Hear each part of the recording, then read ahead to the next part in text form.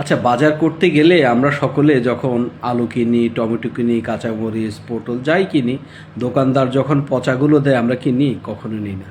আমরা কিন্তু বেছে বেছে ভালোগুলো নিই। তেমনই আমাদের দেশে জনপ্রতিনিধি যখন আমরা তৈরি করব অথবা জনপ্রতিনিধি বাছাই করব, তখন অবশ্যই সমাজের সৎ যোগ্য লোকগুলোকেই বেছে নিতে হবে। তা না হলে সেই বাজারের দোকানদারের মতো আমাদেরকে পচা আলু, পচা লোকগুলো আমাদের জনপ্রতিনিধি হয়ে যাবে। আর তারা যদি হয়ে থাকে যত জনপ্রতিনিধি, তাহলে কখনোই এ দেশ চাঁদাবাজ মুক্ত হবে না, এই দেশ সন্ত্রাস মুক্ত হবে না, দখলদার মুক্ত হবে না, মাদক মুক্ত হবে না। এই পচা লোকগুলোই বিদেশে অর্থ পাচার করে বেগম পাড়াতে বাড়ি কিনছে, তাদের সন্তানদেরকে বিদেশে পড়ালেখা করাচ্ছে, দেশের সম্পত্তি লুট করছে।